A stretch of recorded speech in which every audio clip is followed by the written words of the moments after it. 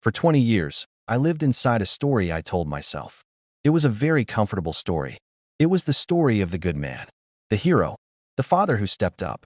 My name is Luke, and this is the story of how I lost everything.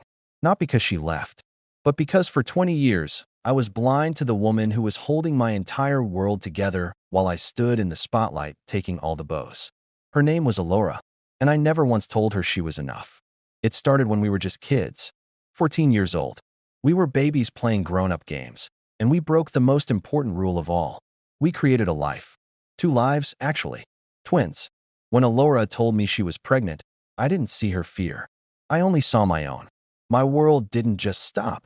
It shattered into a million pieces I was too young and too weak to pick up. So I did what cowards do. I ran. I left her, a 14-year-old girl, pregnant with my twins, to face the music alone. I was gone for 2 years. 2 years. While I was hiding from responsibility, she was living my punishment. I found out later what those 2 years cost her. Her parents, my parents, they didn't kick her out. Oh no, that would have been too kind. They kept her close, but made sure she knew she was dirt under their shoes. Every meal was served with a side of contempt. Slut. Disappointment. You ruined your life. She heard it all. She was a child, carrying children, being crushed by the weight of adult cruelty. She had to drop out of school. Can you imagine? At 15, while I was out there. God, I don't even know what I was doing. Feeling sorry for myself? Probably. She was working. Part-time jobs that barely paid. Cleaning houses, flipping burgers, whatever she could find. Her body was recovering from birth. She was running on no sleep. She was trying to figure out how to feed 2 babies. And she was doing it all while being told she was worthless. My parents? They made sure to add their own special brand of salt to the wound. Public whispers. Judgmental looks. They made it clear she was the town scandal, and I was the poor boy who made a mistake. She worked through her pregnancies. Did you know that? She was on her feet, serving food, until her ankles swelled so badly she couldn't fit into her shoes. She came home to parents who looked through her like she was glass. And she did it alone. Completely alone. And then, like a king returning from a long and arduous journey, I came back. I was 16. She was 16. And standing in front of me were 2 beautiful babies, Max and Nora. I decided to step up. And the world threw me a parade. He's such a good father. Look at him, taking responsibility. What a mature young man. Can you see the insanity of it? She had spent 2 years in the trenches, fighting a war alone, bleeding out every single day. And I show up for the victory lap. I got the medal. I got the praise. They looked at her and saw the single mom. They looked at me and saw a hero. The irony was so deep, so sickening, I should have choked on it. But I didn't. I breathed it in like oxygen. I loved it. I never once corrected them. Never once said, she did this without me. I just smiled and accepted the glory for a battle I had run from. We never got married. I told myself it wasn't the right time. But deep down, I wanted my options open. I wanted to keep looking at the menu while she was expected to cook the meal, serve it, and wash the dishes. My parents, the same people who had torn her down, gave us an apartment. They paid my full university tuition. Her? She worked. She worked to buy diapers, to buy food, to keep the lights on. I didn't contribute to the bills. That money was mine. For my stuff. For my life. For the other women I started seeing, because I told myself I wasn't really tied down. We weren't married. It wasn't cheating if there was no ring, right? And Alora knew. She had to know. I'd come home smelling of perfume I hadn't paid for. I'd get late-night calls that I'd step outside to take. She never said a word. She never accused. She just accepted.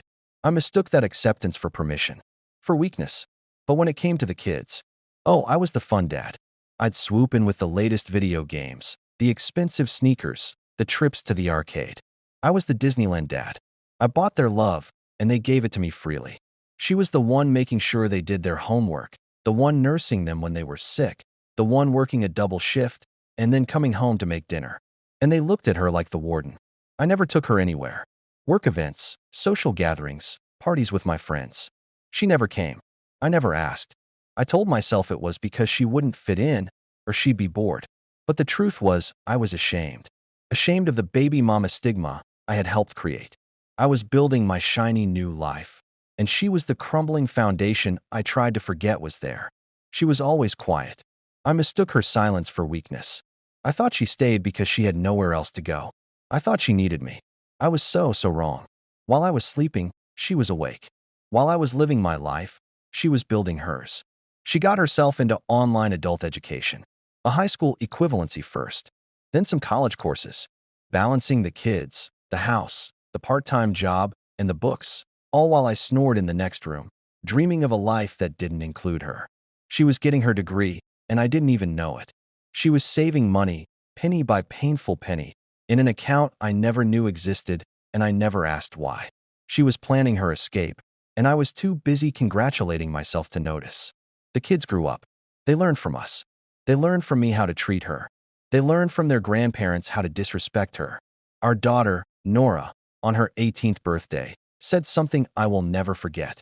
She looked at her mother across the kitchen table, while Alora was trying to hand her a small wrapped gift. Something simple, a book probably, bought with money she'd saved from her job. Nora didn't even take it. She just looked at her mother and said, "I'm 18 and I'm not pregnant. Just knowing that makes me feel better about myself."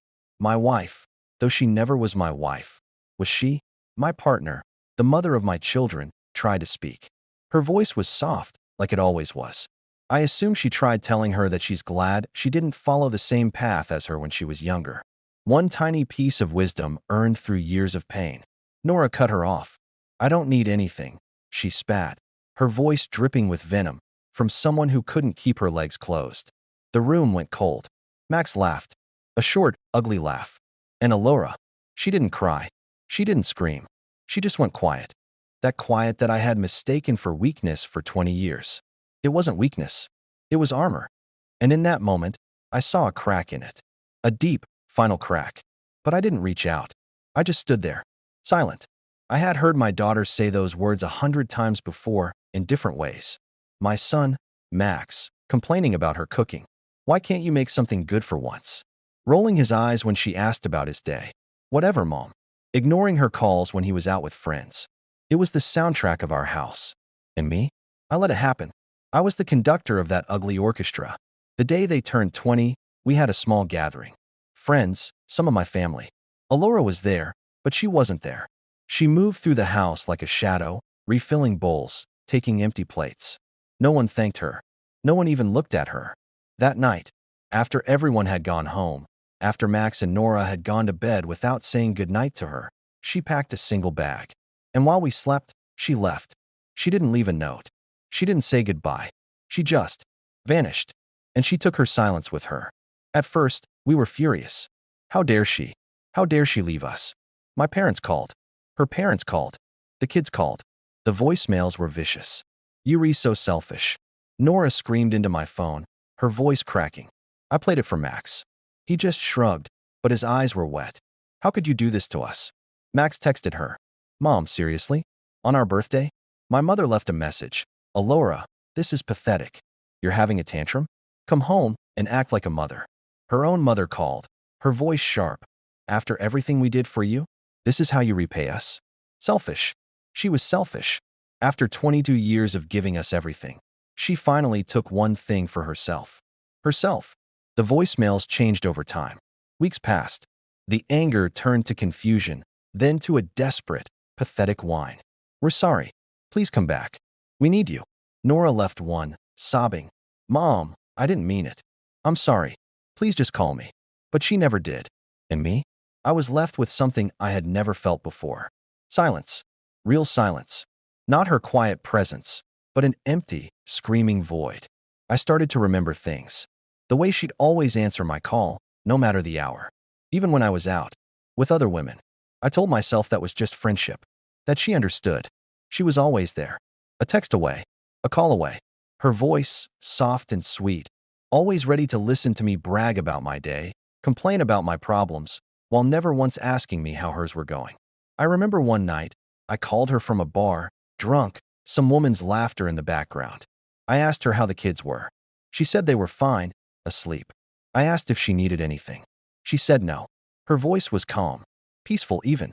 I hung up and went back to my drink, feeling like I'd done my duty. I was a fool. She wasn't clinging to me. She was collecting evidence. She was biding her time. She was building her escape. Every call I made from another woman's presence was another brick in the wall she was building around her new life. A life without me. Her online job, the one I considered a silly hobby, it grew. It exploded.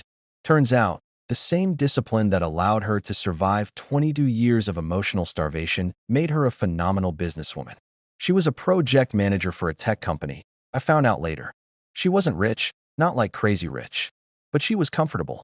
She was more than comfortable. She was free. She had a nice apartment. She had friends who actually saw her. She had peace. I found her online once. A professional profile. She looked happy, radiant, even. It was a face I had never seen. It was the face of a woman who had chosen herself. The regret didn't hit me like a wave. It's more like drowning in slow motion. Every day I see it. I see her face the day she left. I hear the click of that door.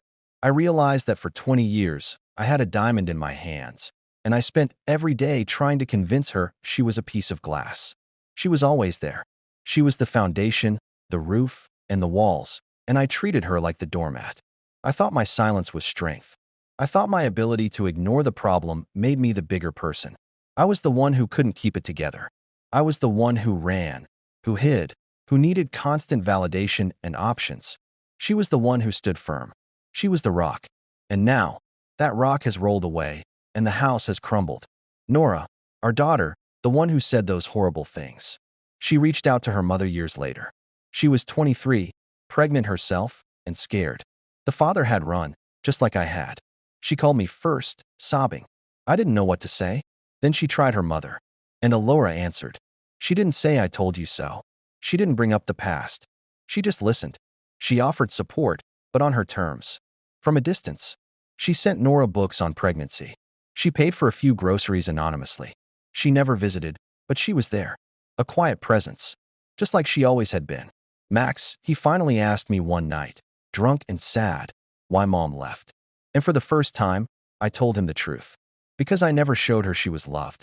Because I let the world treat her like a ghost while I took the credit for her life.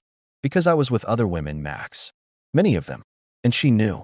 She always knew. And she stayed anyway, until she was strong enough to leave. Because she was a lion, and I kept telling her she was a mouse. Max just stared at me.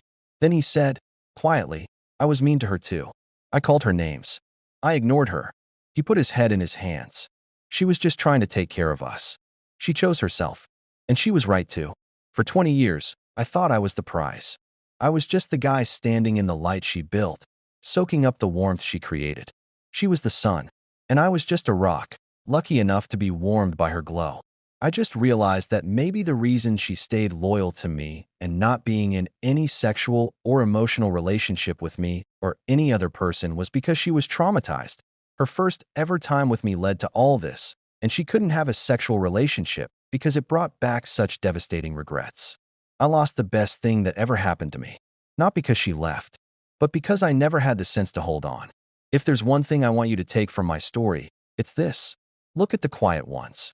The ones in the background, holding it all together. The ones who don't ask for praise, who don't demand a spotlight. See them, really see them, because their silence isn't a weakness. It's the quiet before they find their strength. And when they do, when a woman like Alora finally chooses herself, there is no force on earth powerful enough to stop her. And you'll be left standing in the dark, wondering how you ever took the sun for granted.